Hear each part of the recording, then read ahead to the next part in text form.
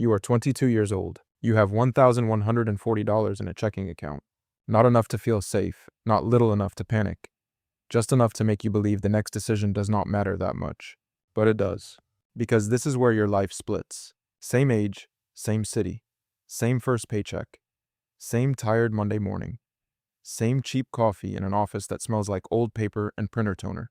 Your first paycheck after taxes is $1,847. In one version of your life, you become the builder. Your job is entry-level operations at a regional logistics company. Your manager, Ellis, explains things once and expects you to listen. So you listen. You take notes. You do not feel rich. You just decide not to be careless. On a Sunday night, you open a Roth IRA. The balance is zero. You put in $200. It feels almost embarrassing. $200 does not feel like wealth. It does not feel like freedom. But you do it anyway. Then you set a recurring transfer for $200 every month, the day after payday. You never see the money sit in checking long enough to want it. That is the point. You are not trusting motivation. You are removing the need for it. You build a spreadsheet with 3 columns: income, fixed costs, everything else. The numbers are tight. Your rent is $740 for a room in a shared apartment with 2 roommates. You eat at home 6 nights a week. Not because you are disciplined, because the math leaves you no other story to tell. By the end of the first year, you have $2,400 in the Roth IRA. You also have $1,900 in a high-yield savings account, earning 4.6% APY.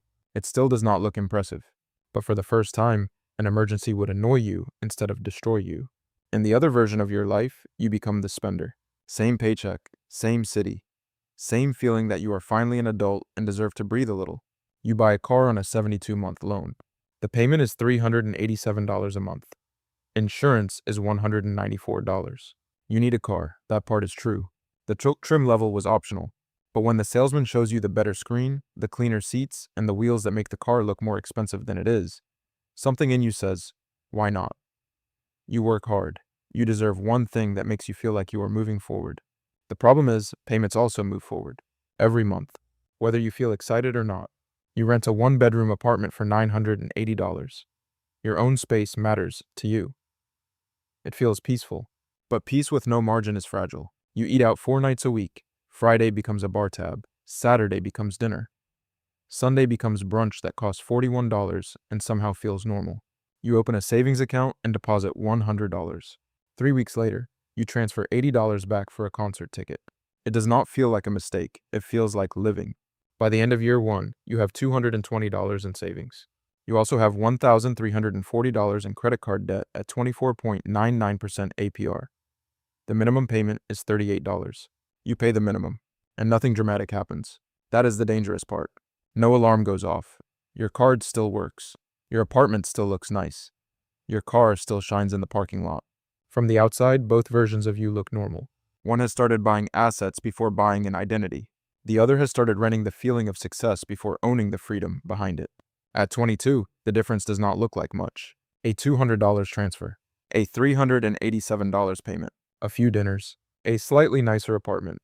And the strange thing is, both choices feel reasonable in the moment. That is why the split is so quiet. Then you turn 23. Nothing about your life looks dramatic yet. That is how money works in the beginning. The good decisions feel too small to matter, and the bad decisions feel too normal to fear. In the builder version, you get a $2,100 raise. Most people would let that raise disappear before they ever noticed it. A better apartment, better takeout, a few nicer weekends, a little more breathing room that somehow becomes another bill. But you do something strange. You do not upgrade your life. You upgrade your system. The Roth IRA contribution goes from $200 a month to $350. Another $150 goes automatically into savings.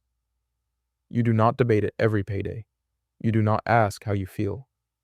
You let the transfer happen before your brain can negotiate with it. That is the first lesson no one teaches you at 23. Your future is not built by what you promise yourself you will do. It is built by what happens automatically when you are tired. You learn one thing about investing that changes how you see money forever. Expense ratios matter. Fees that look tiny are not tiny when time is involved. So you move your Roth IRA into a low-cost total market index fund with an expense ratio of 0.03%. It does not feel exciting. There is no story to post, No one claps because you chose a boring fund. But boring is often where wealth hides. Then the market drops.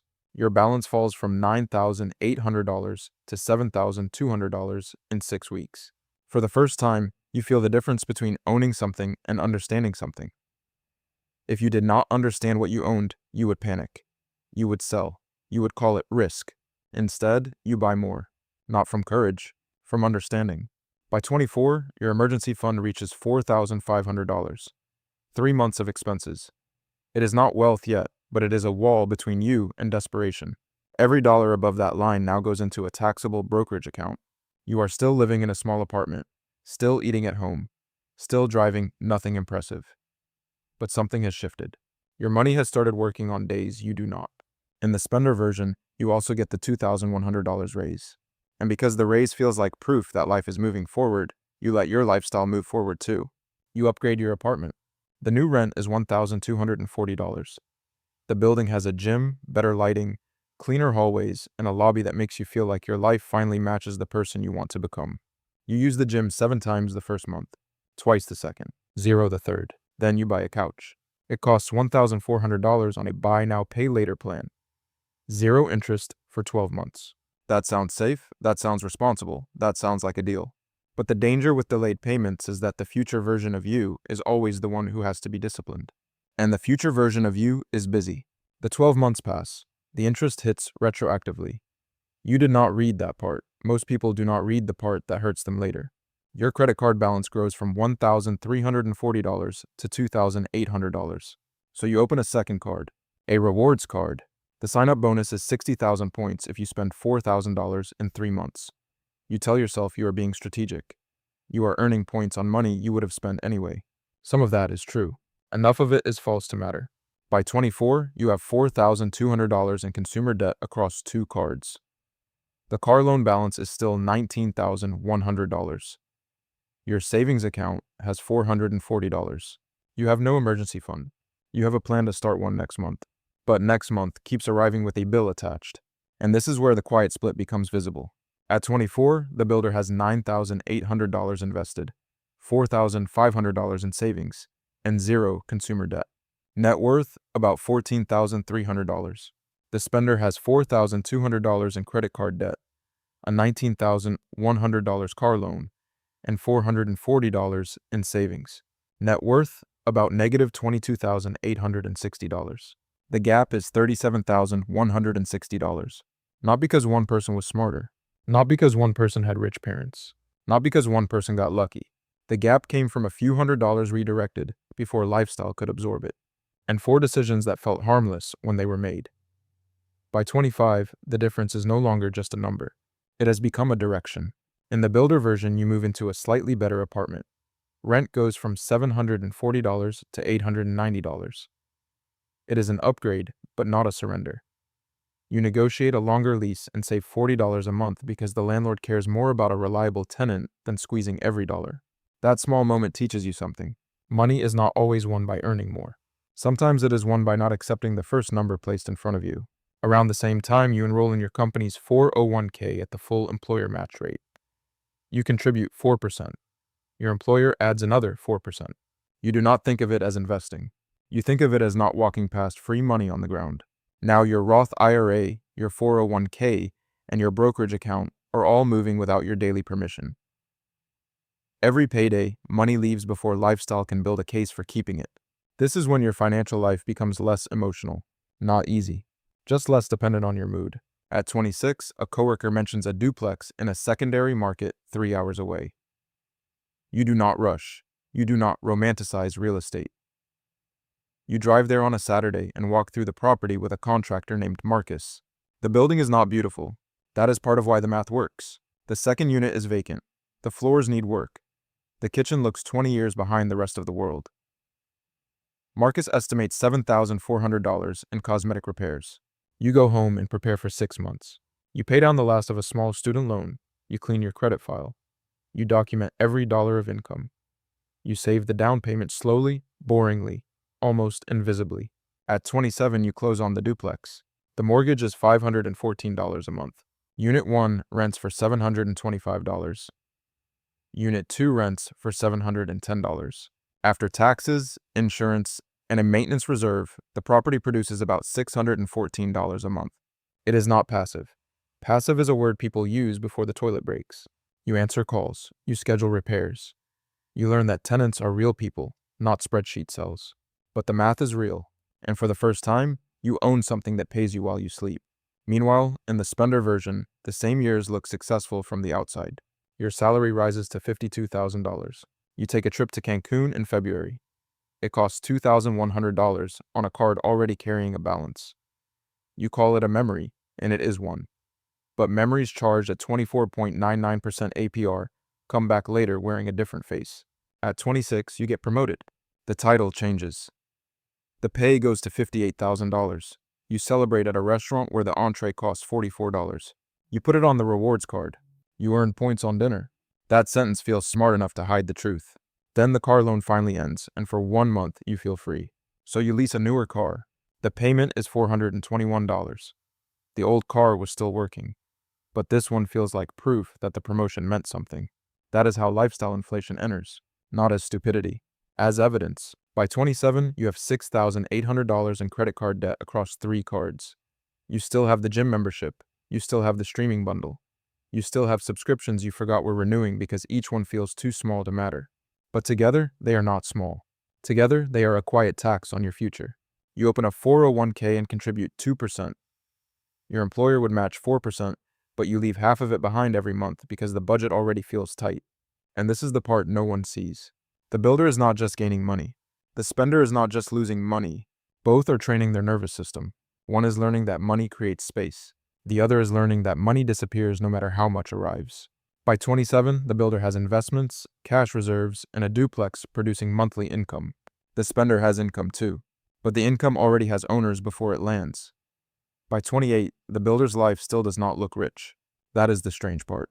There is no luxury watch, no new car, no dramatic announcement. Just a calendar, a spreadsheet, and a few automatic transfers that keep happening even when life feels boring. The duplex is not perfect. One tenant pays 10 days late. A water heater dies and costs $780. For a moment, you feel the old fear in your stomach, but the money comes from the maintenance reserve, not from a credit card, not from panic. That is when you understand what an emergency fund really is. It is not just money. It is emotional control stored in a bank account. At 29, you get a better job. Salary goes to $74,000. You raise your 401k contribution from 4% to 9%. Your lifestyle does not change. Same apartment, same grocery routine, same quiet weekends that most people would call boring. But boring is no longer boring to you. Boring is stable. Boring is compounding. Boring is how your future self stops begging your present self for help. By 30, your investments are close to $70,000, and the duplex is producing cash flow every month. You are not financially free yet, but something powerful has happened. Your paycheck is no longer the only worker in your life. Meanwhile, the spender reaches 30 with a very different kind of normal. You are still employed, still responsible, still paying bills. But the budget is tight before the month begins. A breakup leaves you covering rent alone. The car payment stays. The cards stay. The subscriptions stay. Life does not pause just because your margin disappeared. 1 month, 3 things break at once. You cash out part of your 401k. After taxes and penalties, the money is smaller than you expected. The problem is not fully solved, so the rest goes on a card. That is the moment debt becomes more than debt. It becomes a time machine that pulls tomorrow's income into today's stress. By 35, the builder has bought another property, maxed out retirement accounts, and built hundreds of thousands in net worth. The spender has consolidated debt, upgraded apartments, survived medical bills, and remained functional, not broken. Functional. That is what makes the trap so hard to see. At 40, the builder has crossed roughly $1 million in net worth. Investments, retirement accounts, real estate equity, and monthly cash flow now work together like a quiet machine. When your mother needs help, the money is there. Not because you are lucky, because a system built 18 years ago kept showing up before you needed it. At 40, the spender has about $58,700 in net worth. Most of it sits inside a retirement account that cannot be touched without penalty. Rent keeps rising. The credit card balance is smaller, but still there. The paycheck is still required. The floor is still thin, still. And the hardest part is this. Both lives looked reasonable while they were happening. That is why you cannot judge your future by how your choices feel today. A payment can feel normal. A subscription can feel small. A dinner can feel deserved. A skipped investment can feel harmless. But systems do not care how something felt when you chose it. Systems only repeat, and then they compound. 18 years earlier, both versions of you had the same $1,847 paycheck. The same Monday morning. The same tired eyes. The same quiet chance to decide what money would become. One person built a system that bought freedom. The other built a system that rented comfort. So before the next paycheck hits, ask yourself one question. What happens to your money automatically? Because that answer may be a better prediction of your future than your goals, your plans, or your motivation. If this story made you think of one habit you need to change, do not wait for a perfect month. Choose one transfer. Cancel one leak. Take one employer match. Pay one balance faster.